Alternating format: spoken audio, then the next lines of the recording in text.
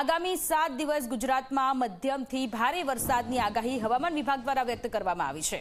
સૌરાષ્ટ્ર અને ઉત્તર તેમજ દક્ષિણ ગુજરાતના જિલ્લાઓમાં અતિ ભારે વરસાદ વરસી શકે છે। આગામી 5 દિવસ ગાજવીજ સાથે વરસાદ પડવાની સંભાવનાઓ છે। 5 દિવસ માછીમારોને દરિયો ન ખેડવા માટેની સૂચનાઓ પણ આપી દેવામાં આવી છે। રાજ્યના દરિયા કિનારે 3 નંબરનું સિગ્નલ લગાવી દેવામાં આવ્યું છે। 40 થી 50 કિલોમીટરની ઝડપે પવન ફૂંકાવાની શક્યતાઓ પણ હવામાન વિભાગ દ્વારા વ્યક્ત કરવામાં આવી રહી છે। એટલે કે આખું અઠવાડિયું આ જ પ્રકારની સ્થિતિ રહેશે। ક્યાંક ધીમી ધારે તો ક્યાંક ધોધમાર વરસાદ પડશે। મધ્યમથી ભારે વરસાદની હવામાન વિભાગ આગાહી છે। આગામી 5 દિવસ ગાજવીજ સાથે વરસાદ પડવાની સંભાવનાઓ છે અને પવનની ગતિ 40 થી 50 કિલોમીટરની રહે તે પ્રકારની પણ શક્યતાઓ વ્યક્ત કરવામાં આવી રહી છે।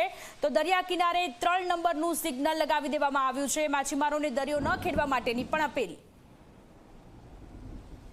फुल वार्निंग दोनों क्षेत्रों में दिया गया है। गुजरात रीजन में heavy to very heavy orange warning के साथ अगले 7 दिन के लिए दिया गया है।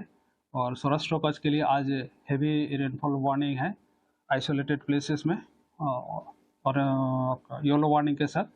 और 23 से लेकर 28 अगस्त तक सौराष्ट्र कच्छ के लिए heavy to very heavy orange warning के साथ heavy to very heavy rainfall का वार्निंग दिया गया है। आज फिशरमैन वार्निंग दिया गया है अगले 5 दिन के लिए 22 से लेकर 26 अगस्त तक।